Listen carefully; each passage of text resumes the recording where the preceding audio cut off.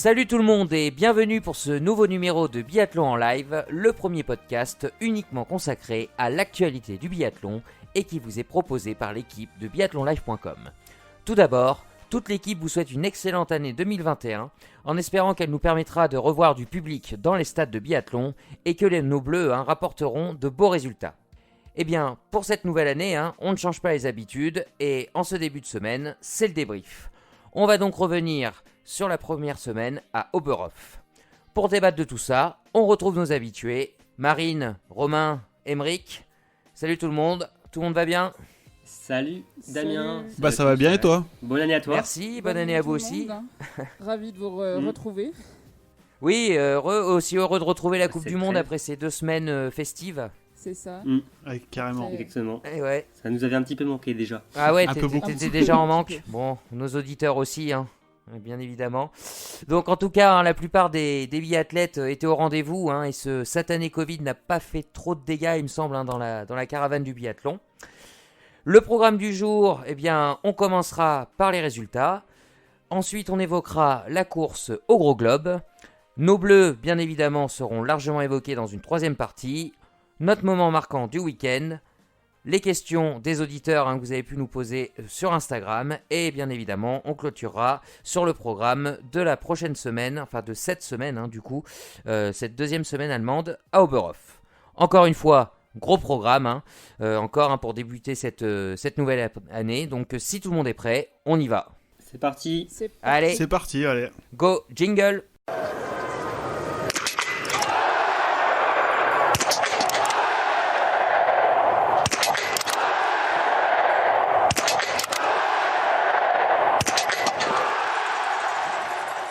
Alors, comme tous les podcasts de débrief, on commence par les résultats et c'est donc Émeric qui va nous donner toutes les informations. Alors, on a commencé ce week-end par deux sprints ce week-end de compétition par deux sprints qui se sont déroulés vendredi et qui ont vu les victoires de Thierry Lecoff et Johannes Bö. S'en est suivi deux poursuites ce samedi avec une victoire encore une fois de Thierry Lecoff et cette fois Sturla Leigrid qui s'offre sa 5e victoire de la saison. Ce dimanche, se sont déroulés deux relais mixtes. Un relais mixte normal qui a vu la victoire de la Russie après 42 courses sans podium. Et enfin, en clôture du week-end, un relais mixte simple avec la victoire du duo tricolore. Merci Émeric. Alors, quelle victoire a le plus retenu votre attention sur cette première semaine allemande ? Alors moi, pour le coup, je vais être un petit peu chauvine. Non, une fois n'est pas coutume. J'ai retenu la victoire française sur le relais simple mixte. Pour moi, c'est un message fort envoyé à nos concurrents pour dire que les Français sont quand même là, quoi. Même si on fait moins de podiums individuels depuis ce début de saison que la Norvège, on a un peu marché sur... pisser sur nos plates-bandes. Non, c'est peut-être pas très bien de dire comme ça, mais voilà. Ok, Non, on a bien compris, Marine, ce que tu voulais dire. Merci en tout cas, Romain. Évidemment, j'ai beaucoup apprécié la victoire de Julia et d'Emilien, mais j'ai trouvé aussi ce relais mixte très passionnant, très serré. On a vraiment trouvé les grosses nations à l'avant et ça a été un dernier relais magnifique. Et donc malheureusement, il n'y a pas eu de victoire pour l'équipe de France, mais ça a été une bataille jusqu'au bout et j'ai vraiment aimé cette course. Et après, pour les autres courses, on était déjà beaucoup habitués aux victoires norvégiennes, donc ça fait du bien aussi de voir un peu de variété. D'accord, Émeric. Alors moi, ça va être la 5e victoire de la saison de Sturla Leigrid. Donc surtout pour le scénario total complet de la course avec Johannes qui craque complètement, puis c'est l'homme de ce début de saison, et le voir encore gagner une course à son âge, pour moi ça a été ma victoire marquante du week-end. Merci Émeric. Pour ma part, ça sera le sprint masculin de vendredi, parce que ce sprint m'a fait très très peur, parce que on se dit changement d'année, les vacances, les choses vont se rééquilibrer, et puis les Norvégiens ont encore tout écrasé. Et Johannes Bö a été incroyable, malgré un tour de pénalité, il l'emporte haut la main devant son frère. Donc voilà, cette victoire m'a marqué dans le sens où je me suis dit, peut-être que la fin d'année va être un peu longue. Voilà, mais bon, on a vu que tout ça, ça pouvait aussi changer sur les courses suivantes. Merci à tous pour donc ces victoires marquantes. On passe au deuxième sujet, la course au gros globe, et on commence donc avec le classement général que Émeric va nous évoquer. Exactement, donc pas de changement chez les dames. Martelsbou, Reuseland toujours première avec cette fois 509 points. Suivi à égalité de Anna Huberg et Thierry Lecoff avec 466 points. La première tricolore gagne 2 places par rapport à la fin de l'année 2020. Anaïs Chevalier pointe donc à la 10e place avec 292 points. Chez les hommes, Johannes Beu toujours leader, 522 points, suivi de Sturla Holmlegrid avec 481 points, et Johannes Dalleux qui repasse devant Sébastien Samuelsson et qui a 434 points. Côté tricolore, le premier à pointer le bout de son nez dans ce classement, c'est le Lisérois Émilien Jacquelin, qui est 6e avec 379 points. Merci Émeric, et tu n'as pas précisé, ça va être le sujet de ma première question, tu aurais pu même continuer à développer ce classement général masculin. On retrouve encore une fois un Norvégien à la 4e place, la personne de Tarjei Bø. Exactement, et la question que je voulais vous poser justement, c'est est-ce que le gros globe de cristal peut encore échapper à un Norvégien cette année ? A priori, non. En tout cas, vu la dynamique de l'équipe, je vois mal comment il pourrait y avoir un tel retournement de situation pour qu'ils ne viennent pas dans l'équipe norvégienne. Et, c'est la grosse cote, de ne pas l'attribuer à la Norvège. C'est la grosse cote, là. C'est la suprême cote. Non. Mais tu resterais sage, tu jouerais pas là-dessus, quoi. Alors, je vais même pas prendre comme exemple le leader, Johannes Beu, je prends juste Sturla Holmlegrid.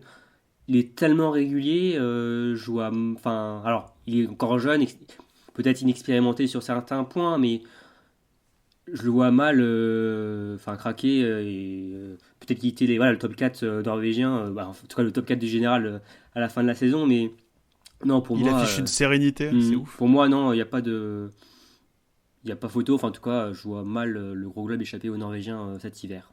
Vous êtes d'accord avec Romain ? Moi, totalement. En début de saison, je voyais comme beaucoup Johannes remporter le gros globe. De là, ce qui est 4 Norvégiens aux 4 premières places à ce moment de la saison, peut-être pas. Mais là, oui, franchement, que ce soit Sturla comme Romain le dit, Johannes, même si on l'a vu ce week-end, il nous a fait une belle craquante. Non, le gros globe n'échappera pas à un Norvégien cette saison, je pense. Marine, tu rejoins tes collègues ? Ouais, je les rejoins. Effectivement, on s'attendait peut-être pas à une domination norvégienne à ce point-là, même si on savait qu'ils allaient très très fort. Mais les expérimentés sont là et les jeunes sont là, et du coup, on a une équipe très très solide. Et non, je vois pas le gros globe échapper à l'un d'eux, en tout cas. Après, on verra qui. C'est ça. Qui des 4 arrivera à le soulever. Côté dames, encore une fois, on va parler norvégien, parce qu'on est toujours dans cette configuration-là. Chose intéressante, Thierry Lecoff a fait un doublé sprint-poursuite sur cette première semaine allemande. Pardon ? Un nouveau doublé ? Et justement, avec ce nouveau doublé, est-ce que vous ne pensez pas... Alors, Martelsbou est toujours devant au général, même si ce n'est pas le classement réel. Est-ce que vous pensez que Thierry Lecoff a pris un ascendant psychologique sur sa compatriote lors de cette semaine allemande ? Moi, je dirais que non. En tout cas, elle continue sa belle écofada au classement général, ça c'est sûr. Mais pour moi, Marté reste la plus sûre. Parce qu'on a bien vu quand même au relais mixte simple que Ecoff peut toujours avoir des petites craquantes. Après, voilà, je pense qu'elle sera dans le match, mais pour moi, elle n'a pas l'ascendant sur Marté. Puis au jeu des jokers, Marthe en a encore grillé aucun, alors que Thierry en a déjà grillé 2. Et ça risque de beaucoup jouer en fin de saison avec nos 4 jokers sur l'ensemble de l'hiver. Thierry Lecoff, cette année, c'est fou, c'est tout ou rien, quoi. C'est soit le podium, voire même la victoire, ou des places beaucoup plus éloignées, quoi. Fait pas les choses dans la même mesure. quand Thierry est dans un grand jour, c'est victoire ou victoire, hein. Enfin, Ah ouais, ouais, non, c'est c'est fou. toujours devant, hein. Donc, non, je pense pas qu'elle a pas pris un ascendant psychologique sur sa coéquipière, parce que surtout on voit que Marthe Olsbu a quand même bien géré, même si elle n'a pas gagné, elle est quand même toujours présente dans le top 5. Elle a fait une magnifique course sur la poursuite, 20 sur 20. Et non, pour moi, ouais, je mise encore une pièce sur Marthe Olsbu, qui est pour moi voilà, la plus complète, la plus régulière. Alors on a vu, oui, Thierry Lecoff a fait une craquante sur le relais mixte simple, même si bon, le format est quand même assez spécial. C'est pas un peu différent des autres formats qu'on peut retrouver sur des courses individuelles ou même sur les autres relais.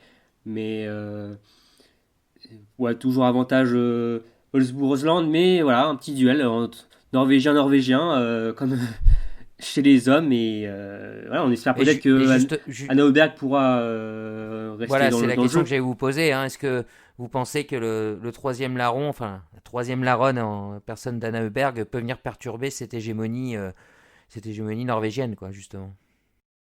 Bah, il y a un peu, enfin, c'est irrégulier. Anna Öberg, il y a du bon, du moins bon en fait. Elle a super bien commencé son hiver. Elle a eu beaucoup plus de mal à Orphitzen. Là, elle a commencé voilà, timide. Alors, elle a fait un bon sprint, un deuxième, mais on sent que bon, il en manque pas mal. Enfin, il en manque sur les skis et que c'est un peu friable Ah des ouais. fois derrière la carabine. C'est, ouais, je sais pas, c'est un À peu armes juste, je égales, c'est trouve. vrai que les trois dans un bon jour, on voit pas Anna Öberg être devant les deux norvégiennes, quoi, hein. C'est vrai que Non, non. c'est Dans un bon jour, si Pour- tu mets les trois, je mets Thierry Lecoff. Après, en termes de régularité, pour moi, Martin Holzbourg-Rosland est devant et Anna Heuberg peut faire quelques coups, mais être aussi faire voilà, des bons résultats, hein, même si elle n'est pas au top. Mais je trouve ouais. que ça manque voilà, de peps et pour moi, c'est un peu voilà, derrière les Norvégiennes.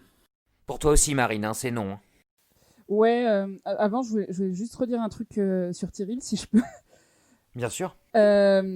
Je voulais quand même dire que même si elle a craqué sur le dernier debout, j'étais assez surprise de l'avoir alignée sur ce format du relais simple Ouais. mixte et que je trouve que elle s'est quand même plutôt bien démerdée sur ses autres tirs où elle a été rapide alors que c'est pas la plus rapide des tireuses norvégiennes, même si elle est plutôt précise en tout cas cette saison mais c'est pas la plus rapide et j'étais assez étonnée de ce qu'elle a pu faire face à Julia malgré sa craquante du dernier tir, mais en tout cas, elle a montré de belles choses quand même. Et pour Anna, ben, je trouve qu'elle marque entre guillemets un peu le pas. Après, elle a fait une semaine qui est pas mauvaise en soi, mais je trouve que notamment les tirs en confrontation directe, elle est un petit peu friable. Et à mon avis, ça va manquer un tout petit peu d'expérience pour jouer le gros globe encore cette année. Et puis à ski, c'est encore un petit peu en dessous. Voilà, Thierry Marté, c'est les meilleures skieuses du circuit. Et puis et voilà, donc je pense qu'il en manquera toujours un petit peu à ski pour vraiment les catcher. Mais on sent que ça progresse quand même du côté Oui, bien d'Anna, hein. sûr. Par rapport à la dernière saison, pour le moment, voilà, il y a quand même un gap de passé aussi. Et encore peut-être un peu juste pour jouer avec les Norvégiennes, mais en tout cas, voilà, c'est mieux quand même. Mais Mais les en tout jeunes, cas, les jeunes encore. les trois biathlètes ont creusé un trou, hein, avec la quatrième place, ces trois-là. Donc, ça sera certainement la bataille à suivre, hein, pour le gros globe. Le podium se dessine. Ouais, le podium se dessine. Ok, pour cette course au gros globe, on va parler du dossard du meilleur jeune, hein, comme toutes les semaines. Bon, Émeric, tu vas nous faire un petit point, hein, et chez les dames, hein, il y a des chances qu'il n'échappe... pardon, chez les messieurs, il y a des chances qu'il n'échappe pas aussi aux Norvégiens, hein. Exactement, donc oui, je tourne là Holmley Grid, caracole toujours en tête du classement du dossard bleu. Comme je disais tout à l'heure, 481 points. Devant Johannes Dalle, 434 points qui repasse devant Sebastian Samuelsson, qui lui pointe à 403 points. Chez les dames, on a encore eu un changement sur la troisième place, puisque Marketa Davidova repasse devant Ingrid Tendrevold et comptabilise 271 points. Alim Bekava, toujours deuxième avec 355 points. Et Elvira Heuberg, toujours première, 379 points. Il n'y a pas eu beaucoup de changements chez les dames ce week-end. Merci Émeric, vous voulez dire un mot sur ce classement ? Ouais. On sent que, alors, du côté des dames, que les filles ont un peu marqué le pas, je trouve, les jeunes. Mm. On les avait vus un peu plus en retrait. Alors, je parle surtout de Elvira Auberg et Dinara Limbekava, qui ont, alors, oui, qui ont pas fait un top 10 de la semaine. Non, une belle remontée quand même sur la poursuite pour Ali Oui, Bekele. il y a des belles remontées, mais voilà, elles ont pas fait des performances qu'elles avaient fait au début de saison. Et donc, voilà, on a senti un peu plus en retrait par rapport à voilà, des Marthe Holzbou ou des Thierry Lecoff. Mais Même sur après, le oui, relais, d'ailleurs. Oui, d'ailleurs, sur le relais, avec Dinara Limekava, elle a tourné. Hein, mais après, Et Elvira a tourné aussi. Ilya, oui, exactement. Oui, c'est vrai, en plus. Et bon, en plus, ça n'a pas après empêché la Biélorussie de faire un très bon relais hein, par la suite. Ils ont terminé 5e, je crois, ou 4e, je sais plus. 4e. 4e, ouais, à 50 secondes.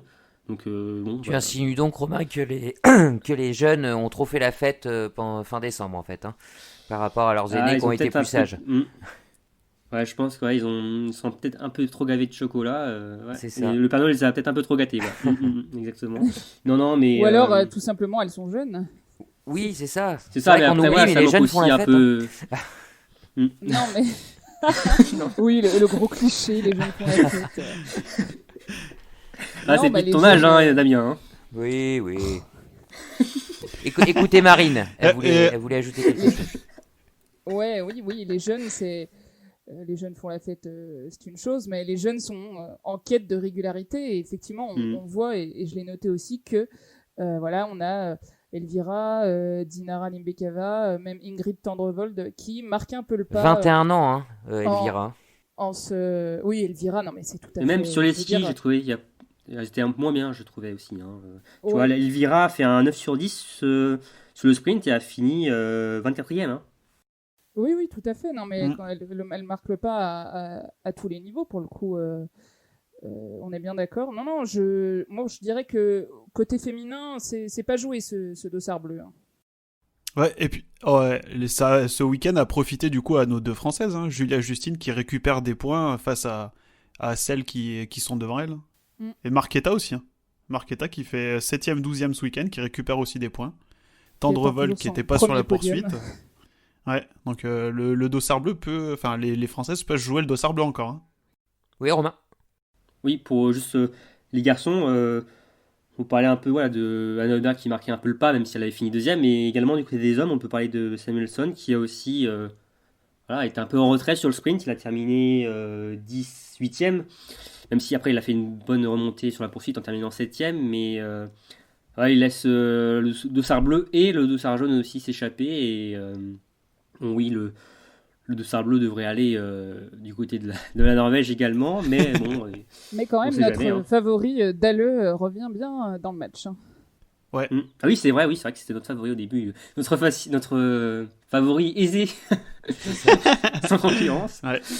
Mais ouais, c'est vrai que mais bon là, il a face à lui un sacré Sturla Holmlagrid Un tireur d'élite. qui est patent de un C'est tireur ça. d'élite Qui voilà. en plus progresse sur les skis hein, en cours de saison. Enfin, ouais, vraiment.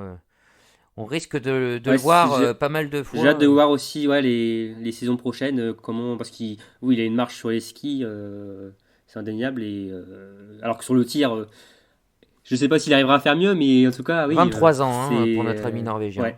Il est un petit peu plus vieux que Un Johannes sacré rival Dahleu. pour Johannes Beu hein.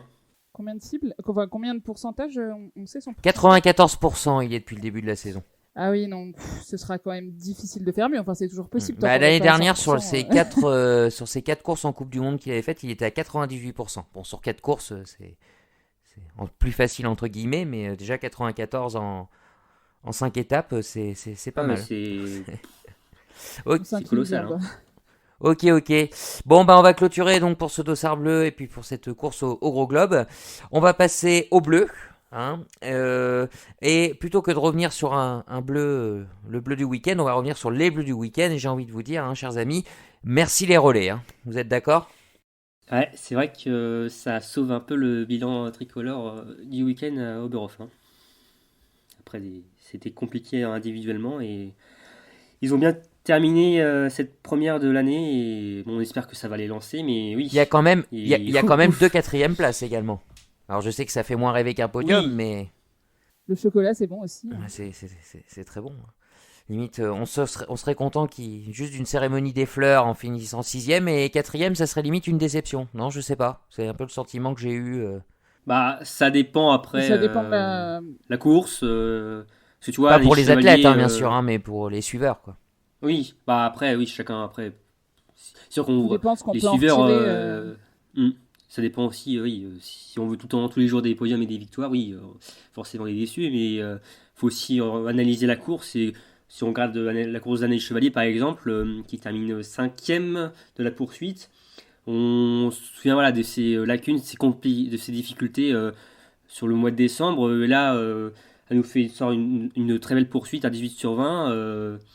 Ça fait plaisir à voir. Hein. Également Fabien qui finit 4ème, qui je trouve s'affirme de plus en plus comme vraiment un biathlète complet. Franchement, je suis vraiment impressionné. Hein. C'est vraiment pour moi la révélation côté bleu. Alors, il s'était déjà révélé un peu l'an dernier, mais je trouve que ouais, cette année, franchement, Fabien, c'est celui qui m'impressionne le plus. Hein.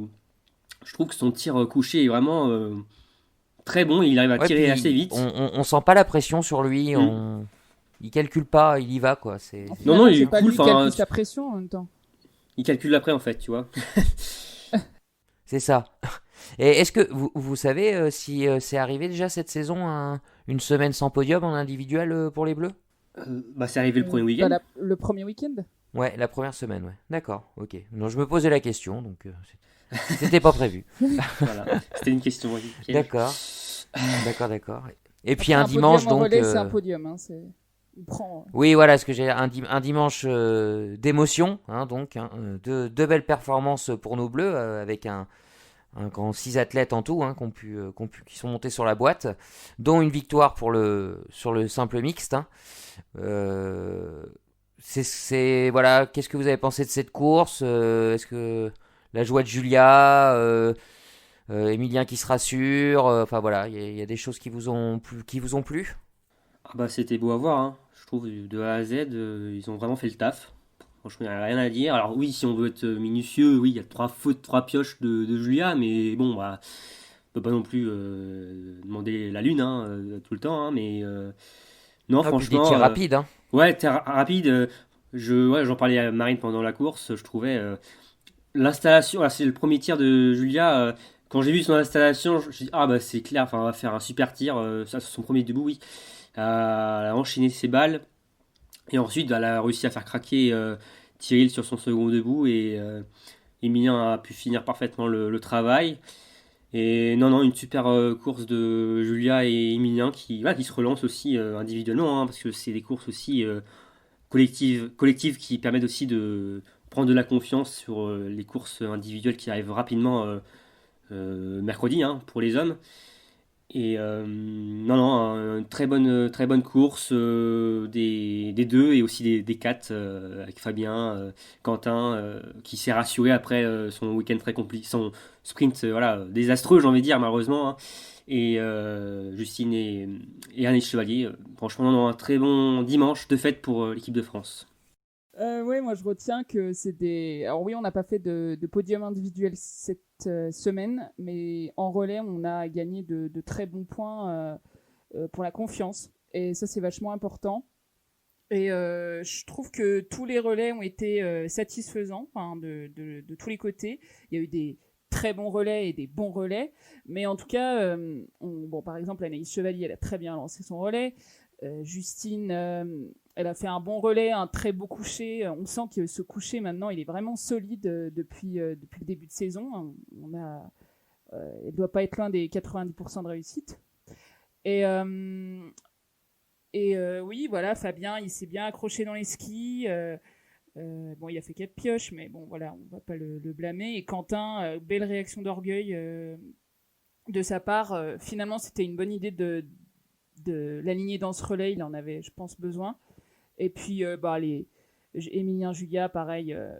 Je trouve que c'était une course maîtrisée. Et même dans le tir, c'est du tir rapide, mais il n'y a pas de balles qui sont balancées au hasard comme ça, par la pression ou je ne sais quoi. Non, c'était maîtrisé. On a senti une équipe de France vraiment maître de son tir aujourd'hui, ce qui manquait un peu lors des depuis le début de saison hein, aussi. Hein, on a souvent pointé du doigt le tir français, mais aujourd'hui, oui, ça vraiment. On sent peut-être que ces balles de pioche sur ces relais ont libéré un peu les Bleus et ça a Ouais, été puis un bon point les positif. filles Hein. avaient déjà montré Hmm, leur qualité hein, sur les relais cette année. exactement. Mais pas les hommes et mixer tout ça, peut-être que les filles ont tiré les hommes vers le haut. Hein. La C'est ça, en plus, mayonnaise un celles peu. qui commençaient les relais, qui ont bien entamé les courses. Donc, les Bleus, les gars, ils se sont dit, bon, bah là, faut pas se manquer. Et ils ont fait le taf également. Et non, c'est vrai, je suis content de voir Quentin, qui était au fond du trou après son sprint. Et il en a un peu manqué dans la fin, parce qu'il a sans doute aussi. Il a fait le taf aussi au premier tour pour revenir. Et bon, c'est peut-être pas encore un grand Quentin transcendant comme on avait l'habitude de voir les saisons Parce que précédentes. normalement, quand il part en tête après le Ah dernier oui, tir, plus oui. Ouais. personne ne le Ah revoit. oui, oui, si on avait le Quentin de l'an dernier ou il y a 2 saisons, Quentin franchissait la ligne d'arrivée en poule. Hein, donc, non, non, mais ça reste quand même un bon résultat et une bonne chose pour Quentin, quand même, cette troisième place avec le team. Bah, par rapport au ski, ils ont quand même souvent fait la course en tête, les Français, et derrière, c'était jamais bien loin, et ils se poussaient à plusieurs pour revenir. Donc je pense que ça n'a pas été... bah, ils ont lâché des forces dans la bataille en étant tout seuls devant. Bah, Ouais. Quentin, Justine aussi, sur la fin, elle était quand même un peu émoussée. Donc il y a aussi ça qui a joué aussi. Ils ont joué tout C'est vrai seuls que devant pendant ouais, très longtemps. il y avait 2 points stratégiques sur la piste. C'était bon, la grande montée. Voilà, et la descente juste après où oui l'aspiration était vraiment hyper importante pour ensuite entamer la prochaine montée, la dernière bosse et c'est du coup oui, les Français étaient souvent devant. On voyait comme le jeu de l'aspiration était quand même assez important et ça a joué d'ailleurs dans le dernier tour. On a vu la grid, une fusée revenir. Alors il y a aussi sans doute la glisse en elle-même, peut-être le fartage norvégien ou même russe qui était très bon. Mais ouais, l'aspiration était très importante sur cette piste. En tout cas, ça fait plaisir de voir des sourires sur le visage hein, des athlètes français et puis de tout le staff, hein, parce que ça n'a pas été le cas, hein, vous l'avez déjà dit en début de semaine, enfin en début de session. Et justement, hein, qui n'a vraiment pas souri, qu'on a même vu pleurer, hein, c'est Quentin Fillon-Maillet, voilà, qui a complètement loupé son sprint, qui s'est encore trouvé empêtré dans une histoire de tirs, enfin de tours de pénalité non effectués. Enfin, il avait déjà eu ce problème avant les vacances. Moi, la question que je voulais vous poser, on va revenir sur sa semaine à Quentin, mais est-ce qu'il n'aurait pas placé un peu le curseur trop haut pour cette année quand il a affiché ses ambitions clairement, et est-ce que ça pourrait expliquer sa méforme par rapport aux dernières saisons? Bah, en fait, quand tu regardes le classement général de la dernière saison, tu te dis pas forcément parce qu'il est troisième et pas loin non plus de Martin et Johannes Beu. Mais après, on se souvient aussi que Johannes Beu a loupé 4 courses et que forcément, il aurait marqué beaucoup de points sur ces courses, on va pas se mentir, et que l'écart était beaucoup plus important et que il y avait quand même une différence quand même entre Johannes Beu et Quentin, mais bon, c'est toujours aussi bien, je trouve, de montrer ses ambitions. Quentin, voilà, il a quand même montré des choses les dernières saisons, il a quand même pas mal gagné, mais ça manquait aussi un peu de régularité. On se souvient d'ailleurs l'an dernier, il perd aussi pas mal le point, la dernière saison, pardon, il perd pas mal le point sur l'étape d'Oberhof. Il a mal entamé la saison, l'année, et c'est peut-être aussi là d'ailleurs qu'il perd voilà, le gros globe, on ne le saura jamais, mais voilà. Mais peut-être, je sais pas, mais moi j'étais quand même content de voir quand même Quentin s'affirmer. Pour moi, c'était quand même leader, euh, le leader de l'équipe de France avant ce début de saison, parce qu'au vu de ses résultats, de ses performances, mais c'est peut-être oui que ça l'a un peu diabolisé, en tout cas, un peu voilà dans sa tête, ça l'a perturbé. Et bon, maintenant, voilà, il sait que le général s'est foutu, il pourra plus le gagner, même avec les 4 résultats en moins. Les Norvégiens, voilà, sont trop forts, faut le dire. Hein. Et que maintenant, voilà, il va se focaliser sur les mondiaux à Pokluka, un site qui lui réussit. Mm. Emric? Je pense que c'est pas forcément le fait d'avoir placé le. Enfin, c'est mon avis, hein, d'avoir placé le curseur trop haut qui explique sa méforme, mais plus le fait d'avoir mal entamé la saison, dû à, bon, on a parlé à plein de paramètres qui sont rentrés en compte, et je pense que peut-être pas directement, mais ça a un impact psychologique sur ses performances, sur ses résultats au tir. Et c'est ça, je pense, plus qu'il y a un impact que le fait d'avoir dit oui, je m'affirme en tant que personne qui veut jouer le gros globe de cristal. Et bon, bah là, maintenant, on voit que c'est, comme Romain le disait, hein, c'est cuit, hein, y a pas... faut voir la vérité en face, mais bon, après, il faut qu'il continue à aller de l'avant, et l'année prochaine, bon, il sera encore en âge de pouvoir jouer largement le général. Et puis c'est tout ce qu'on lui souhaite, hein, de toute façon. Bah, c'est un ensemble de choses en fait, je pense. Comme tu disais, c'est peut-être d'avoir mal entamé la saison, mais c'est aussi peut-être cette pression d'avoir dit aussi je veux jouer général. Donc je pense que c'est peut-être les deux emmêlés, enfin les deux voilà, jumelés, et il y a eu un effet domino. Et voilà, la saison, alors, il a eu un rebond à Orphidzone, mais il y avait toujours un petit peu de retard, et le retard s'accumule. Et là, bon, c'était la goutte d'eau qui a fait déborder le vase. Là, C'était la saison parfaite pour le faire. Voilà. Tu veux ajouter quelque chose, Marine? Oui, je disais que je pense pas que c'est le fait de l'avoir dit qu'il a condamné ou je ne sais quoi. Je pense que c'est important qu'il l'ait dit. Et effectivement, bon bah cette année, on voit bien que maintenant, bah, notamment avec cette poursuite manquée, ce sprint manqué cette semaine, c'est compliqué. Enfin, c'est même impossible maintenant. Pour moi, c'est de la bonne expérience pour la suite. Voilà, il a essayé de le jouer une année. Il y a une année où il s'est pas voilé la face en se disant, bah, en même temps, il était 3e du général. Martin partait. C'était légitime qu'il l'annonce. Je veux dire, c'était normal. Donc non, je pense pas que ce soit ça. Et à mon avis, c'est une bonne expérience pour la suite, pour l'année prochaine. Donc je pense qu'il va réaffirmer ses ambitions. Enfin, j'espère. Et ces larmes après le sprint, ça vous a inquiété, ça vous a plus ému, ça... Bah, moi, ça m'a pas inquiété plus que ça. Je pense qu'il a craqué, surtout, c'était parce que c'était la symbolique, c'est l'anniversaire de sa copine. Il rate la course le jour de son anniversaire. Il aurait bien voulu lui offrir une belle course pour la. Enfin, comme quand un joueur de foot marque un but, tu vois, il dit c'est pour mes enfants, pour ma femme, tu vois. Là, le jour de l'anniversaire de sa copine, ça lui a fait un gros coup, quoi. Il va mélanger émotions. Ouais. Non, je pense aussi, il a vu ce rêve de cristal s'envoler en même temps, et bon, c'est... Ouais. Oui, voilà, c'est vrai que là, ça pesait beaucoup. Est-ce qu'on a su d'ailleurs ce qui s'était... Parce qu'il s'est pas exprimé donc, sur sa course manquée, enfin sur cette fameuse deuxième cible au tir couché. Est-ce qu'il a apporté des réponses dans le week-end Non, mais c'est juste qu'il a oublié de faire un tour. Je crois que c'est Oui, ça. c'est un oubli, quoi. Voilà, il a vu un 4 sur 5. Cette histoire de cible. Il a vu un 4 sur 5, mais en fait, non, il avait bien blanchi que 3 cibles. Donc là, Non, parce que la simulation avait eu un petit souci aussi, je crois, en même oui, temps. Enfin, à Orphidzone, c'était pas de sa faute, c'est vraiment un problème de simulation. Là, apparemment, c'est vraiment, enfin, ça vient de lui, on va dire, le problème. En tout cas, c'est lui qui a mal regardé les cibles, on va dire. Voilà. C'est, pour nous, oui, on a mal compris parce qu'on n'avait vu qu'une faute affichée. Mais apparemment, oui, il y a bien eu que 3 cibles blanchies par Quentin, et malheureusement, il n'a tourné qu'une seule fois. Voilà. Après, même si on enlève ces 2 minutes supplémentaires qu'il a eu en pénalité, il aurait été quand même assez loin, et ça aurait, à mon avis, dans tous les cas, compromis encore. Après, il aurait plus. pu faire, tu vois, une belle remontée et faire du bien. Il aurait pu faire une belle remontée, mais une fois de plus, il aurait perdu énormément de points, et je pense que dans tous les cas... Et puis voilà, sur son craquage, c'est vrai que finir hors des 60 sur un sprint avec le statut qu'il a, c'est une claque. C'est clairement... je sais pas si c'est arrivé à beaucoup de top 10. Surtout quand tu as des ambitions. Pour le général, ça...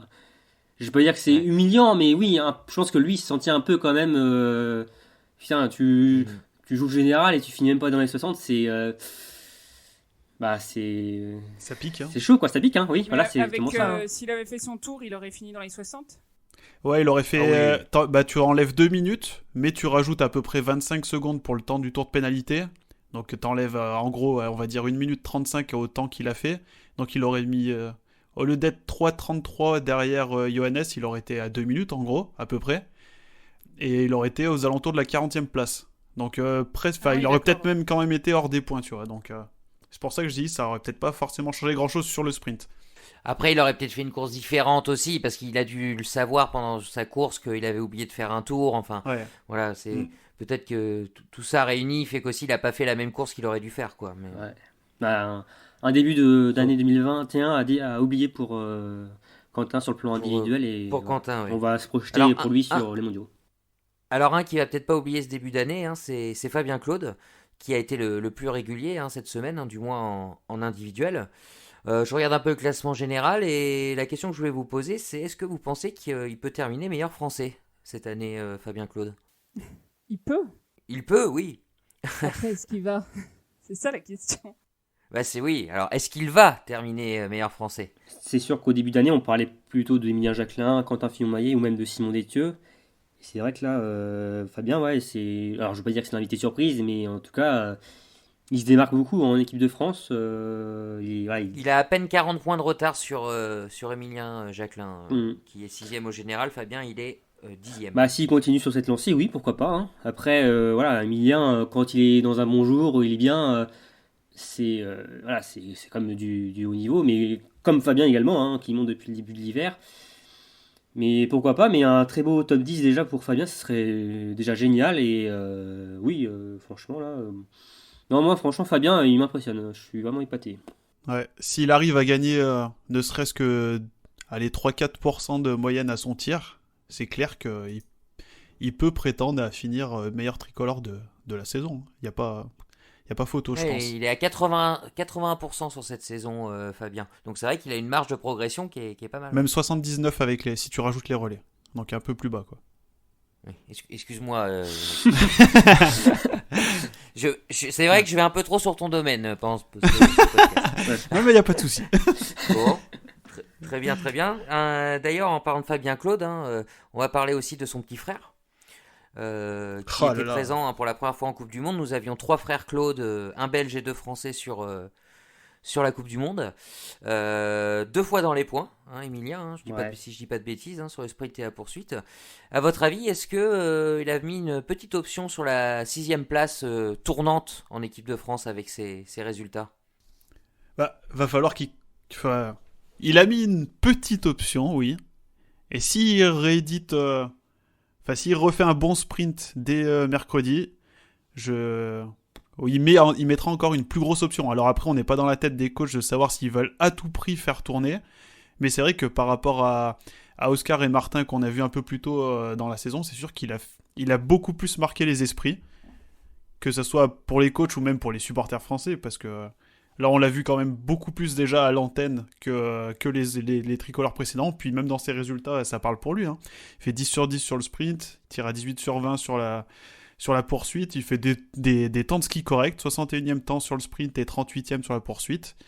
Donc, première course officielle de la saison pour lui aussi, ouais, ça faut le rappeler. ça, première course internationale. Malheureusement, ils n'ont pas pu faire de grosses compétitions, donc ça doit être assez impressionnant d'arriver en Coupe du Monde avec aucune compétition internationale avant, quoi. Il n'y avait pas le public après l'ambiance d'Oberhof comme on peut avoir, mais oui, c'est vrai que d'être à côté d'un Johannes Beu, d'un Sturla Omlagrid, c'est impressionnant, oui, c'est sûr. Ouais. Et au général, il a qu'un point il est juste derrière son grand frère, son plus grand frère Florent Claude, il a 1 point de moins que lui. Et il y aura 6 places pour les mondiaux? Bah, les mondiaux, il y a un quota, sont plus resserrés. Les mondiaux, en fait, c'est 4 quotas, hormis sans compter les titres mondiaux. Alors, comme Emilien Jacquelin était champion du monde de la poursuite, l'équipe de France aura 5 quotas sur le sprint. Et donc la poursuite, enfin, ça dépendra des résultats du sprint, mais il y aura 5 quotas sur le sprint, mais également sur l'individuel avec le titre mondial de Martin Fourcade. Oui, donc ces 5 places pour l'individuel aux mondiaux, grâce au titre mondial de Martin Fourcade, on peut imaginer Emilien Claude postuler, pourquoi pas, s'il continue à tirer aussi bien. Donc ça va être forcément compliqué quand même, je pense. Ça me parce paraît que t'as un quand même un Mollo, t'as quand même... pourquoi pas? Oui, pourquoi pas, on sait pas. mais On sait pas ce qui peut se passer d'ici 3-4 semaines. On sait pas ce qui peut se passer, mais ça voudrait dire que un des 5 qui est devant lui flanche quand même sévèrement. Parce que il y a quand même un gap entre Antonin qui est le 5e et lui qui est 6e. Bon bah d'accord, vous avez tué mon enthousiasme. Et je pense que oui, il y aura pour Emilien Claude, il y a les championnats d'Europe en IBU Cup, donc ce sera vraiment son objectif à lui, je pense. Les juniors, les Europes, il y a bien de quoi faire. Ok. Pas de problème. Ils sont agressés. Ouais, non, mais si jamais il y est, on en reparlera. Tu pourras fanfaronner comme voilà. Marine avec Oscar. Voilà. Je vous rappelle qu'il y a le Covid aussi qui peut changer les choses. C'est vrai. J'avais pas pensé à ça. Donc la cote est pas si grosse que ça. Ah, Antonin l'a déjà eu, donc normalement il devrait pas le rechoper. Donc ça fait déjà un qui est à l'abri, normalement. On verra. Les gastros, ça existe aussi cette saison. Les gastros, les diarrhées. Ouais, c'est ça. Donc on clôture le sujet. Une boule de neige qui tombe sur la tête de Quentin dans 4 semaines. Et bah tiens, Justement, on aurait pu penser que Emilien Claude viserait une place au-dessus, donc pourquoi pas Simon Destieux qui n'allait pas très bien en ce début de saison. Et bah Simon, il a fait une belle semaine depuis une belle semaine allemande, hein. Mm. Simon, discret comme toujours, hein, qui fait pas beaucoup parler, hein, de sa personnalité, hein. Mais oui, il a fait un très bon week-end. Il fait 2 top 10. C'est le français le plus régulier sur ce week-end avec Fabien Claude.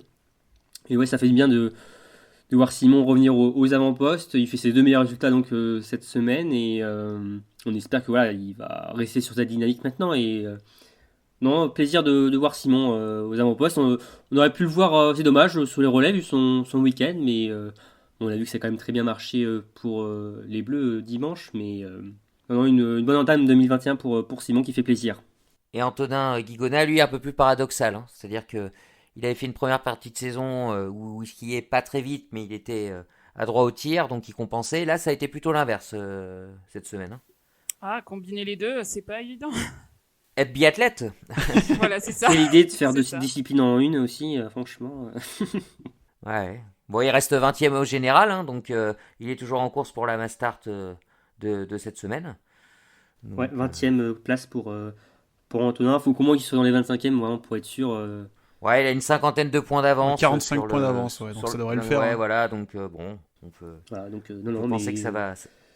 un bilan bon moyen. Enfin, pour les Bleus, en tout cas sur le plan individuel, c'était un peu plus compliqué, mais on a aimé leur réaction aussi, surtout sur les relais. Et deux victoires sur le sprint et la poursuite pour Emilien Claude la semaine prochaine, c'est la Mastart aussi, hein. Ouais, c'est vrai. Donc, Ah oui, bon. Mastart, On et en aussi se reparlera rapproche pour le le week-end Sargent prochain. aussi, hein. Ah bah non mais ça on en reparlera plus dans 2 mois ou Un mois, ou l'année c'est un prochaine. mois les mondiaux, ouais. Mais bon, ok, bon bah, on a fait le tour des Français, ouais. On n'a pas été très galant d'ailleurs, on a commencé par eux, on va parler des filles maintenant. Et de la Française qui, je pense, est la Française de la semaine, hein, c'est Julia Simon, surtout avec ce qu'elle nous a montré aujourd'hui. Bon, il y a eu du bon et du moins bon, mais quand même, elle a été plutôt satisfaite d'une manière générale. Est-ce que vous pensez qu'elle a peut-être trouvé, notamment avec le relais d'aujourd'hui, un petit déclic psychologique pour la suite de la saison? Allez Marine, honneur à toi. Bah, un déclic psychologique, je sais pas. J'ai trouvé que ces tirs me semblaient. Voilà, Polo, il parle beaucoup donc Polo Giacchino, de la calmer, de calmer un peu la cadence pour retrouver la précision et pas partir dans le tir mitraillette. Et franchement, je le vois sur les couchers, je l'ai vu. Alors, ça va pas encore tout le temps au fond entre guillemets, mais dans l'attitude, je vois qu'elle essaye vraiment de jouer le jeu et de se maîtriser. Donc ouais, non, dans l'attitude, voilà, ça m'a bien plu. Et puis bah le relais mixte simple qui la met vachement en confiance. Et la confiance, on sait à quel point ça compte quand on est biathlète. Il y a d'ailleurs sur nos réseaux sociaux, on a pu voir quelques commentaires, je rebondis sur ce que tu disais Marine, des gens qui disaient pourquoi on l'a fait tirer à contre-nature, Julia Simon, c'est quelqu'un qui tire vite, voilà, toujours fait comme ça, pourquoi on l'oblige à tirer lentement? Mais c'est pas tirer lentement. Non, mais lentement, moins rapidement, plus posé, comme tu disais, plus posé.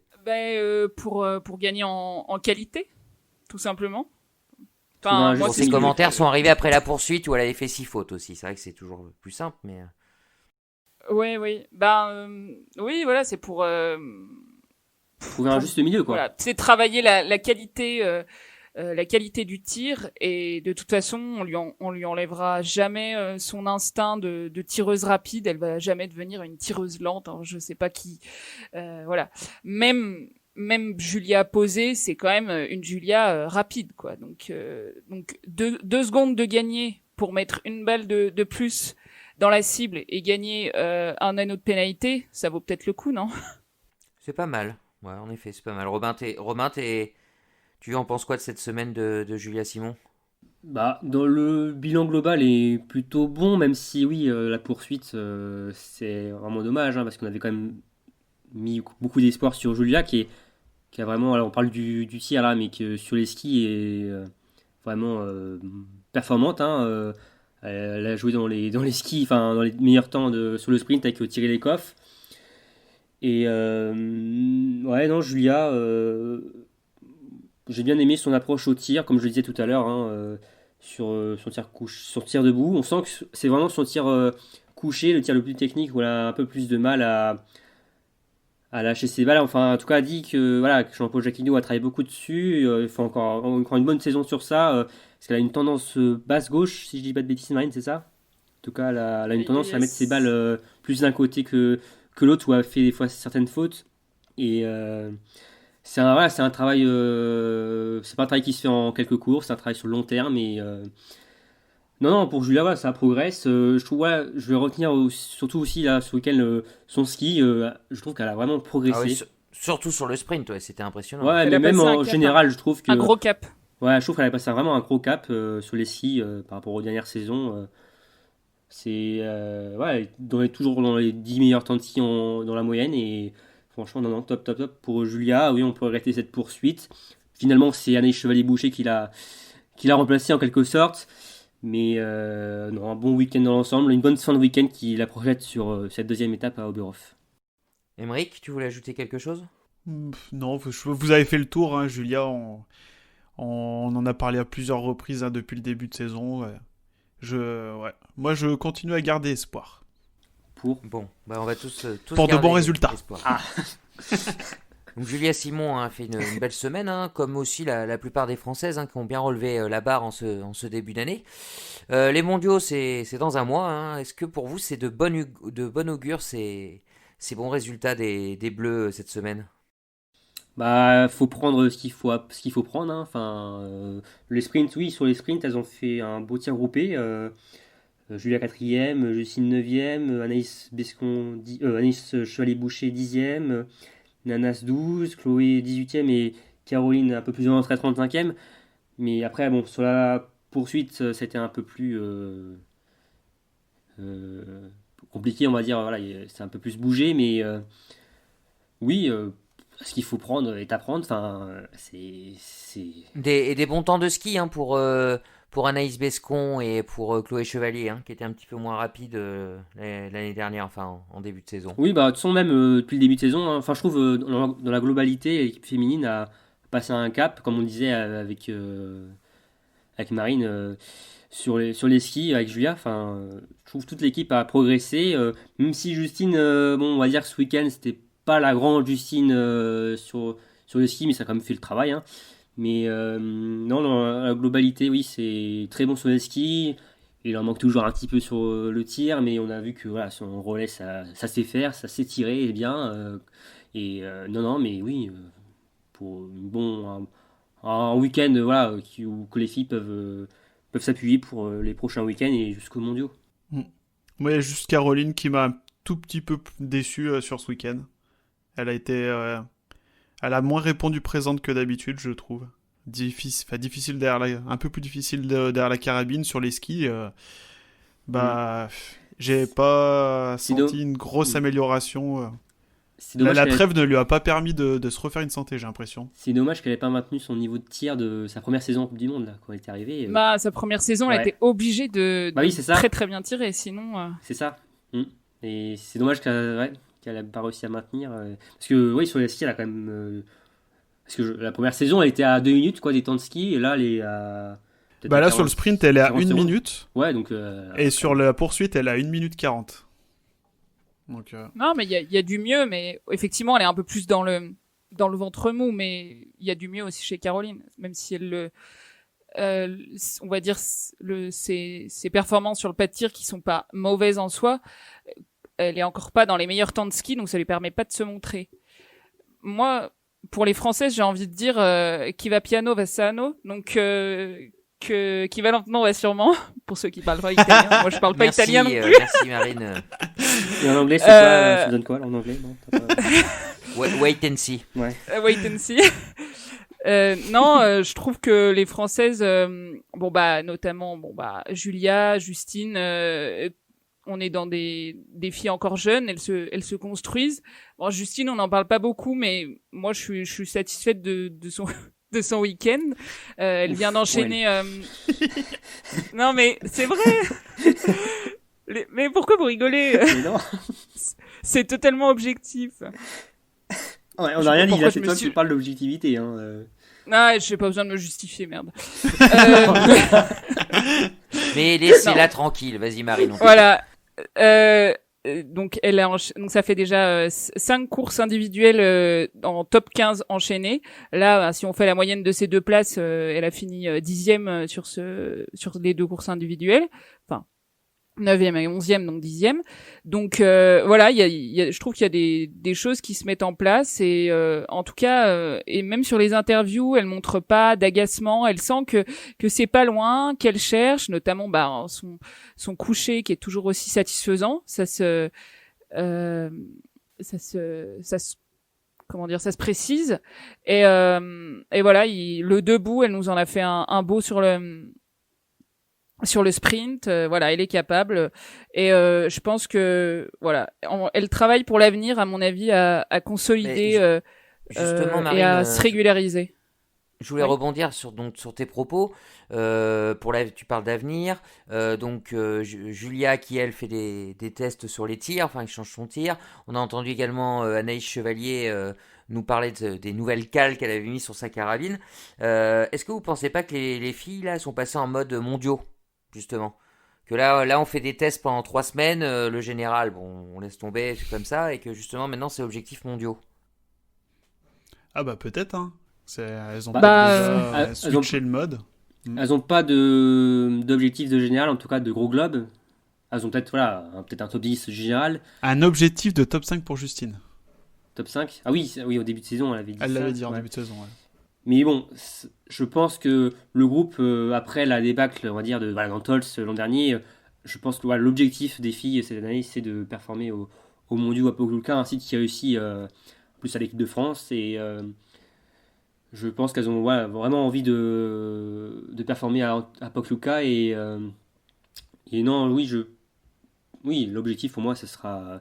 Je pense qu'une saison réussie pour les Bleus, ce sera des mondiaux réussis, des médailles et aussi des places générales, évidemment, aussi des performances individuelles en Coupe du Monde. Mais pour moi, oui, le grand objectif des filles, pour moi, c'est les mondiaux à Pokljuka. Ouais. Dans un mois, Ouais. on vous rappelle. Émeric, tu voulais rajouter un petit mot sur Chloé Chevalier, je crois? Là, je voulais juste placer un petit mot sur Chloé qu'on risque malheureusement de ne pas voir sur la Mastart du week-end prochain parce qu'il y a juste un sprint cette semaine pour qu'elle rentre dans les 25 et elle accuse 34 points de retard sur la 25e place et je pense que ça risque d'être un peu juste pour elle de la voir sur la Sauf Mastart. si elle fait un super sprint et qu'elle est prise dans les 5. Ouais, mais vu... Si elle fait 18e, comme cette bah, ça passe, semaine, ça passe. Ah ouais, mais il va falloir que les autres devant elle fassent moins bien du coup. Eh ben, on en Ouais. reparlera la semaine prochaine, Émeric. Encore une fois. J'espère, hein, mais malheureusement, je pense que ça va être compliqué. N'oublie pas, Emilien Claude va être au championnat du monde. C'est vrai. Donc tout peut Mais arriver. on lui souhaite. Oui, à mais Emilien. évidemment, on rigole, enfin on dit, voilà, mais évidemment pour Emilien Claude, s'il est au championnat Ouais. du monde, on serait les premiers contents pour lui. Ah bah carrément. Oui, bien Ouais. sûr. Voilà. Revenez pas là-dessus, on en parlera dans un mois. Ok. Donc on l'a bien compris, ça va être compliqué pour Chloé Chevalier d'intégrer la Mastart. Une petite dernière question que je voulais vous poser avant de clôturer le sujet bleu. On reste chez les dames, hein. Justement dans ce petit championnat franco-français. Entre Julia Simon, Justine Brézaboucher, Anaïs Chevalier, voire Anaïs Bescon, qui vous voyez terminer première là d'ici la fin de la saison entre les 4 sur un petit jeu de pronostic comme ça en cours de saison? Moi, je mettrais une pièce sur Julia. Moi, je change pas de ma pièce que j'avais mis en début de saison. Ça sera pour moi Anaïs Chevalier-Boucher. Et ben moi, Attention. je vais tenter la grosse cote, Justine, Ah bah tiens. qui va piano bassano. La Brezazada est en marche. Et toi, Damien, tu vois qui? Il va dire Anaïs Bah, Bescon. Anaïs comme ça, Bescon. tout le monde, Non, ouais, mais non en fait. Et pour une fois qu'on Euh, qu'on a tous des avis différents chez Ouais. Biathlon Live, c'est rare. Hein. C'est bien, c'est bien. C'est ça. Non, pas de dictature. Enfin, on vous dévoile pas toutes les coulisses, hein, mais à ce niveau-là, ça va. Non, je dirais aussi Anaïs Chevalier. Ouais. Parce que elle retrouve sa forme et elle l'a retrouvée très vite et pour moi elle peut faire que progresser encore d'ici la fin de la saison. va mettre à les monter bouchées en doubles, régime, quoi, donc, c'est ça Oh là là. De quoi? Elle va mettre les bouchées doubles. Il est usé ce jeu de mots ouais, maintenant. ouais, oh là là là là. Oh, le Je crois stock que je de l'avais déjà blagues. fait en début de saison, ouais. Le jingle, il nous faut le jingle avec les timbales. Hein. Je le réclame, Émeric, je te charge de ça. Ok, bon voilà, c'était le petit prono de demi-saison. On clôture donc le sujet bleu et on va passer à notre quatrième sujet, un autre moment marquant du week-end. Tiens, écoute Marine, hein, on t'écoute. J'ai le droit d'en dire 2 ou pas? Non, Non. Bon, alors je vais non, dire... je déconne. Non, mais j'en dis qu'un. Faut pas tricher. Je dis les 2 premiers podiums en carrière de Lisa Teresa non. Hauser que j'avais vu venir voir avec ses gros temps de ski et franchement, Oui, ça c'est me fait vrai, super c'est vrai, Marine, plaisir. que tu en avais parlé, oui, avant les vacances, c'est vrai. Donc voilà, elle a pas tardé et c'était aussi dans les pronostics de l'IBU justement pour 2021 Ah oui, c'est et vrai, ouais. et voilà, je suis super contente pour elle. C'est une biathlète que je trouve vachement solaire et elle a passé le cap Tu la suffisant trouves en ski. solaire? Oui, bah souriante D'accord. quoi. Ok. Ça fait y du a bien pas au de beurre. problème. En plus elle est fair play. Ouais, non, c'est beau être solaire, ouais. Ok. Ouais. Voilà, non, mais en tout cas, voilà. Ça fait longtemps qu'elle est sur le circuit et je trouve que c'est mérité. Voilà, donc je suis contente pour elle. Donc, Émeric, tu t'es fait voler ton moment marquant du week-end, Ah. c'est ça? Ouais, Je peux te carrément. donner mon deuxième si tu veux, comme ça tu me le piques. Non, mais du coup, je vais en choisir un autre. Peut-être que je vais piquer celui de Romain ou le tien, hein, je sais pas. Mais moi, du coup, ça va être la craquante bœuf, Et voilà. que ce soit Il a Johannes piqué ou mon- Tarier. mon marquant. Ouais. Et voilà, on se les pique tous. Non, ouais, que ce soit Johannes et ses 4 balles ratées et Tarier avec ses 3 balles ratées d'affilée aussi. Pour moi, ça a été mes moments marquants du week-end. Bah moi je vais pas changer, je vais rester sur sur Johannes Beu, sa craquante au premier debout et aussi celle de Tarier au dernier debout, qu'on s'attendait pas forcément, que ça a un peu relancé toute la course et on a eu droit à une fin de poursuite un peu faux folle là, et avec Fabien Colt qui s'est replacé et c'est vrai que ouais, c'était assez marquant ce moment-là. Ok. Bon, bah, on en a déjà parlé, du coup, je vais utiliser un autre, hein, évidemment, l'émotion de Quentin Fillon-Maillet après le sprint, hein. C'était quand même un moment compliqué. Non, moi, ce que j'ai beaucoup aimé, c'est, je reviens sur le relais mixte, hein, le simple. C'est la réaction de Julia Simon, quand Émilien Jacquelin tire sa dernière balle et que bon, bah, c'est quasiment gagné, quoi. Vraiment, on a senti je pense que tout le monde a dû avoir un soulagement énorme, que ce soit Julia ou Émilien, quoi. C'était un beau moment à voir en cette fin d'après-midi. Donc voilà, c'est le moment que je retiendrai du week-end. Ok. Bon, ben maintenant on passe aux questions des auditeurs, hein, vous le savez, hein, chaque semaine sur Instagram, hein, vous pouvez poser vos questions à la fin des courses et puis ben, nous, on essaye d'y répondre. Et je laisse donc la main à Romain, hein, qui a combiné les meilleures questions. On Alors, t'écoute, les Romain. meilleures je ne sais pas, mais en tout cas oui. Les meilleures, en tout cas celles que tu as Voilà, retenues. exactement. Alors j'ai plusieurs questions et quelques remarques pour vous. Alors, j'ai une première question de Noémie, d'ailleurs Noémie qui nous pose pas mal de questions à chaque fois, on la remercie. Alors, Merci Noémie. que Ouais. pensez-vous de la nouvelle piste d'Oberhof? Parce qu'on sait que le tracé, même le stade a été modifié en vue des mondiaux de 2023 et la particularité donc, de cette piste, c'est surtout cette longue et grande montée qui arrive juste après le pas de tir. Moi je l'aime bien. J'aime bien les pistes qui font des différences à ski de toute façon et une grande montée comme ça. Alors, c'est sûr que je suis pas à la place des biathlètes, mais en tout cas en tant que spectateur, je trouve que c'est impressionnant. D'ailleurs, hein, on l'a pas souligné, le temps a pas été si dégueu que ça à Oberhof, hein, cette semaine. Hein. D'ailleurs, Martin l'a souligné sur Twitter, il était bien vénère. Oui. Jean-Paul Jacquinot, il me semble, à la fin du relais mixte, ou relais mixte simple, je sais plus, il disait en 35 ans, il avait jamais vu un temps pareil à Oberhof. Donc c'est pour Ah dire. oui. Hein. Bah, dimanche, Ok, ouais, un ok. grand soleil là. Enfin, un grand soleil. Oui, pour Oberhof, c'est un grand soleil, mais on voyait du ciel bleu. C'est vrai que j'avais jamais vu ça. Hein, donc, C'est clair. c'est très beau. Et même voilà, pour venir à la piste, moi, oui, j'ai beaucoup. Évidemment, comme Marine disait, je suis téléspectateur, je suis pas biathlète, donc forcément, bon, voilà. Je me fais pas mal dans la bosse, mais oui, j'ai beaucoup aimé. J'aime beaucoup ce nouveau tracé et Même, je trouvais télévisuellement, les caméras, le drone, enfin, je trouvais qu'on avait vraiment des belles images en plus. Ça rendait vraiment Ouais. de belles images. La descente aussi, elle est. Ils Ils l'ont changé, elle est apparemment moins dangereuse pour les biathlètes. Oui, il mais n'y a ils plus prennent le de virage vitesse qu'avant. casse-gueule par contre, qu'il y ça va avait vite. avant. Ouais. Ouais. Où il Ouais, ça n'a pas devait, empêché Julia Schweiger, l'Autrichienne, de faire une jolie chute, c'est ça. sans gravité. Mais en tout cas, oui, on peut surcomparer à Orfilsen. Oui, la piste crée vraiment des différences à Oberhof et on a vraiment hâte d'être au Mondial 2023. Ça va être assez épique, je pense. Ensuite, une question de Catherine. Alors, c'est une question un peu pronostique pour vous. Le dossard jaune, rouge et bleu sur l'individuel d'Antols pour la grid. Parce qu'on sait que Sturla Holmgren avait remporté l'individuel d'ouverture à Conchoarty, donc il aura le dossard rouge sur ses épaules sur l'individuel d'Antols dans quelques jours. Bleu parce qu'il est leader du général chez les jeunes. Et jaune, pourquoi pas, parce qu'il est plus qu'à une petite quarantaine de points de Johannes Beu, donc potentiellement il pourrait Faudrait avoir quand même les trois. une grosse craquante de Johannes pour qu'il prenne le jaune des Antols. Hein. Enfin, C'est vrai que ça fait un peu court. Ouais. c'est un peu court. Hein. Parce que Johannes, même quand il fait 15 fautes, il est dans le top 6. Hein, donc, 15 sautes C'est- sur 10 balles. Non, mais quand je dis 15 fautes, je veux Oui. dire beaucoup de fautes. Beaucoup de fautes. Mais pourquoi pas au mondiaux, hein, du coup. Non, pourquoi mais pas. oui. Moi, j'aimerais Et- bien voir à quoi ressemble ce dossard. Ouais, j'ai Oh là là, peur. ouais. Bah, déjà, quand on aura peut-être un jaune, rouge et doré, hein, qui sait, Oui, avec Johannes. Johannes Beu, oui, exactement.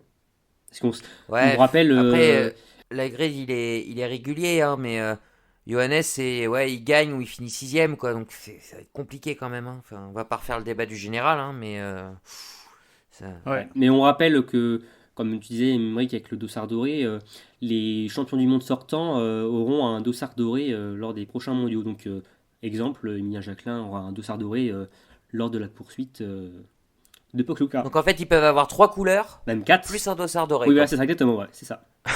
Mais je crois que c'est Ah, 3 ça va être un maximum. défilé de mode, le truc. Quoi. Un bel harlequin, tu vois. C'est magnifique. Ouais, Je leur dis de voir quelle gueule il va avoir ce dossard doré. Est-ce que ça va être comme les jaunes et rouges, ça va être juste une partie, ou est-ce que ça va être tout doré, est-ce que ça va être que le numéro? Peut-être J'ai envie ouais, de voir. exactement. Peut-être les skis aussi, Ouais. hein, les. non. Ouais, les paupières, tout ça. Quoi. Ah, Ouais, c'est ça. Affaire à suivre. Le Alors, bandeau. J'ai une question d'Emeline maintenant. Comment sont partagés les points en relais? Sont-ils divisés pour chaque athlète? Alors, je crois que Emeline parle peut-être au niveau du classement général, mais Emmerich, bon, c'est plutôt toi le spécialiste de tout ça. Alors, il n'y a pas de points mis au classement général sur les relais, mais par contre, au niveau des classements des nations, comment ça marche? Alors, si je ne me trompe pas, normalement, les relais mixtes rapportent 2 fois moins de points en fait que les relais normaux. Un relais normal, le pays vainqueur remporte 420 points. Et chez un relais mixte, en fait, il y aura 210 points pour les athlètes féminines, 210 points pour les athlètes masculins. Donc c'est bien 2 fois moins de points. Pour rappel, hein, le classement des nations, hein, c'est un mixte hein, de tous les classements. Et après, le classement des nations permet aussi de faire un quota pour la prochaine saison. On va avoir 6 biathlètes en équipe de France ou 5. Enfin, il faut être dans les premières nations. Donc, les relais ne donnent pas de points au classement général, mais pour les classements des nations. Et au classement des nations, il y a aussi les sprints et les individuels qui comptent.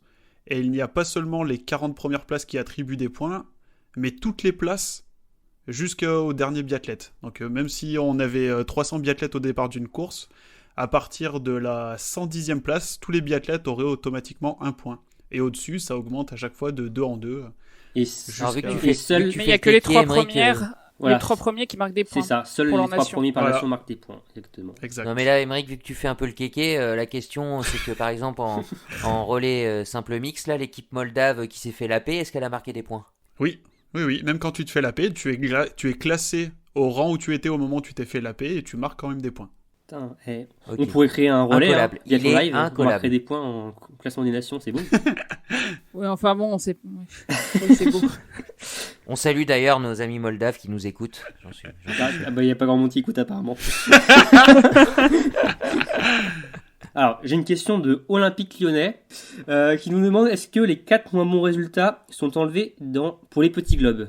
Non. Nine? Est-ce que vous- Non. Non, non, on prend Non. tous les points en compte pour les Voilà, spécialités. seul pour le classement Ouais, général. après, c'est trop compliqué. Hein. C'est normal, Jacques hein. Emerick, il passe sa journée sur les stats, il faudrait qu'il passe ses nuits aussi. Non, non. Et l'individuel, ça veut dire qu'on enlèverait tous les résultats. Oui. Exactement. C'est vrai que oui, pour l'individuel, oui, c'est.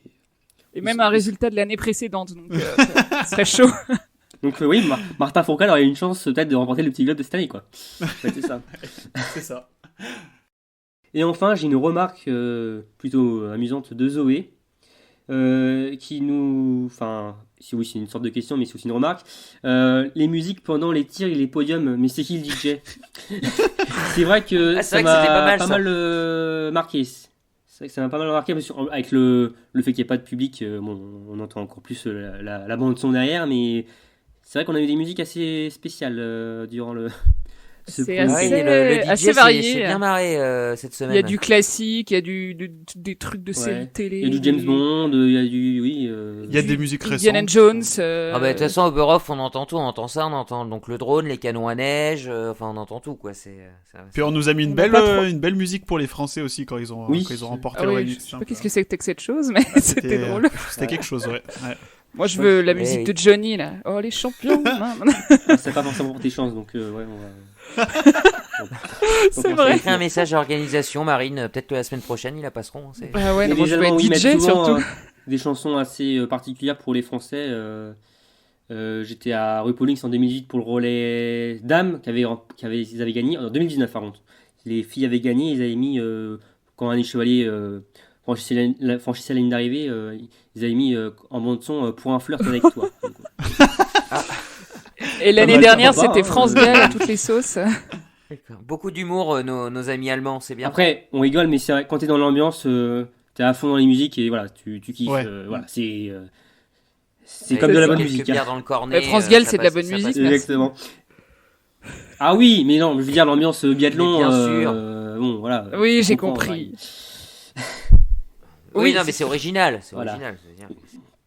Mais sûr qu'aussi les Allemands sont bloqués en 1900 et quelques, oui, c'est sûr que, ouais.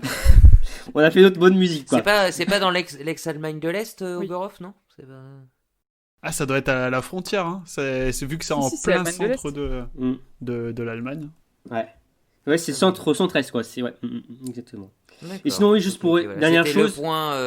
C'était le point histoire de ce podcast. Et juste pour essayer, alors une dernière chose, ça c'est ma remarque. Qu'est-ce que vous avez pensé du double écran? Qu'est-ce que vous avez pensé du double écran de la réalisation allemande lors des poursuites sur le dernier tir et le dernier tour? Parce qu'à un moment donné, ils nous ont mis, alors c'est oui, sur le. Alors je vais prendre l'exemple de la poursuite d'âme où Thierry Lecoff et Marcel Holzbourg ressortent ensemble, mais ils avaient gardé comme une image sur le tir et on avait deux écrans opposés complètement. Enfin, je sais pas, fallait mettre les lunettes 3D en fait pour bien voir les écrans. C'était infect. Oui. On aurait dit qu'ils avaient fait ça avec Windows Movie Maker. C'était Bah, horrible. C'était bien et pas bien en même temps. Ah, franchement, parce c'est que- dégueu. Hein. L'AREA sur les sprints, notamment le féminin, c'était un peu bizarre. Hein. Il y avait un moment un tout petit écran sur la droite où on voyait juste les cibles en bas et puis on n'avait pas pu suivre tous les tirs. Donc ouais, Ils ont mis c'était... tout le budget sur la musique. Ouais, Ils c'est pouvaient ça. pas, Ils ont payé le DJ, après il y avait plus rien. À la fois, on a eu des très belles images sur place et en même temps, on a eu des réalisations un peu bizarres avec voilà, ce double écran. Ouais, où non, on ça voyait m'a pas pas- grand-chose du tir. Transcendé. Mais ça permettait de Transcendé, suivre d'ailleurs, c'est- les deux trucs. Donc, oui. Ah oui, D'ailleurs, en parlant des images là, donc c'est des images de drone, hein, je crois que c'est Alexis Boeuf qui expliquait que d'habitude il n'y en a pas parce qu'il y a du public, c'est trop dangereux. C'est bien qu'en biathlon qui se pose la question parce que alors des drones maintenant en sport, genre en cyclisme et tout, il y en a, il me semble. Hein. Enfin il y en a un petit peu partout. Il y a même il y a même un drone qui était tombé juste derrière Marcel Hirscher, je crois, Oui. l'année Ah dernière. Exactement. oui, ouais, Il y a ouais. 2 ans, une image de fou. oui, c'était pas un petit drone, hein, c'était un drone assez costaud. Hein. Ah ouais, ouais, Donc, il est tombé derrière lui. il quoi, avait donc, évité le drame. Une météorite. Ouais. Mais oui, ça C'est ça. faisait un vrai boucan sans public, le drone. On se demandait si c'est pas quelqu'un qui passait l'aspirateur dans le coin. Et... Oui. Ou un Exactement. bûcheron. On l'entendra pas la semaine prochaine. Peut-être ils maîtrisaient pas encore le truc. Donc, ok, Romain, c'est fini pour les questions. On a fait le c'est tour. tout pour aujourd'hui. Ok, bon ben merci en tout cas de nous avoir posé toutes ces questions. On vous rappelle, hein, le dimanche après-midi, hein, vous pouvez nous les laisser sur le compte Instagram de Biathlon Live, hein, et puis voilà, on les sélectionne et puis on tente de répondre. Avant de se quitter, on va aborder le dernier sujet. Et donc, c'est le programme de la deuxième semaine allemande à Oberhof que Romain, tu vas nous détailler. Exactement, Damien, et là ça va reprendre tout de suite, bientôt, là, dès mercredi, avec un sprint homme. Alors on va avoir quasiment une course par jour jusqu'à dimanche où on va finir en beauté avec les mass starts, mais ça reprend dès mercredi avec donc un sprint homme à 14h30, suivi le jeudi d'un sprint dame à la même heure, le vendredi avec un relais homme à 14h30, le relais dame le samedi à 14h45, et donc le dimanche on finira avec 2 mass starts. À 12h30 la mass start homme et à 15h les dames pour terminer ce orgie de biathlon. Donc, une vous sacrée l'aurez compris. semaine cette saison. Ouais. C'est ça, Exactement. c'est ça. Ça va être le canapé va encore prendre cher. Il va peut-être même encore prendre un peu plus cher, même si c'est pas vraiment diffusé. Mais c'est le grand retour de l'EBU Cup, Romain aussi. Oui, donc l'IBU Cup qui avait été tronqué de son début de saison en décembre, mais donc qui fait son ouverture officielle donc en janvier à Harbour en Allemagne également. Donc nous aurons droit à 6 courses qui débutent jeudi avec ce jour 2 individuels courts, dames et hommes à 10h30 et 14h. Il y aura une pause le vendredi, puis les compétitions reprendront le samedi avec 2 sprints. Dames à 10h30, puis hommes à 13h45. Et enfin, on terminera sa première étape d'IBU Cup du circuit B avec des relais. Donc à 11h, le relais dames et à 14h, le relais hommes. Donc une semaine très sportive, très biathlon qui nous attend. Bien sûr, et comme pour la Coupe du Monde, vous pourrez retrouver tous les résultats de l'IBU Cup sur le site biathlonlive.com. Nous achevons donc ce podcast sur ce programme alléchant qui nous attend cette semaine. Un grand merci à toutes et à tous de nous avoir écoutés. Alors comme d'habitude, n'hésitez pas à nous laisser vos commentaires, à liker, partager ce podcast sur les différents réseaux. Marine, Émeric, Romain, un grand merci à vous pour ce podcast. On se donne rendez-vous très très vite aussi, dès le début de semaine prochaine pour débriefer cette deuxième semaine allemande. Au week-end prochain, Damien, et on a hâte de suivre ces. Au week-end prochain, même à mercredi prochain, seulement 2 jours de repos, je vous rappelle. Entre les... Ouais, il faut pas faire que 2 jours de repos Damien, pour parce nous. que là. Ouais, reposez-vous bien parce qu'il faut être en forme. Ok. Allez, merci à toutes et à tous, et très bonne semaine, et on se retrouve très vite pour un nouveau numéro de Biathlon Live. Ciao. Salut. À plus.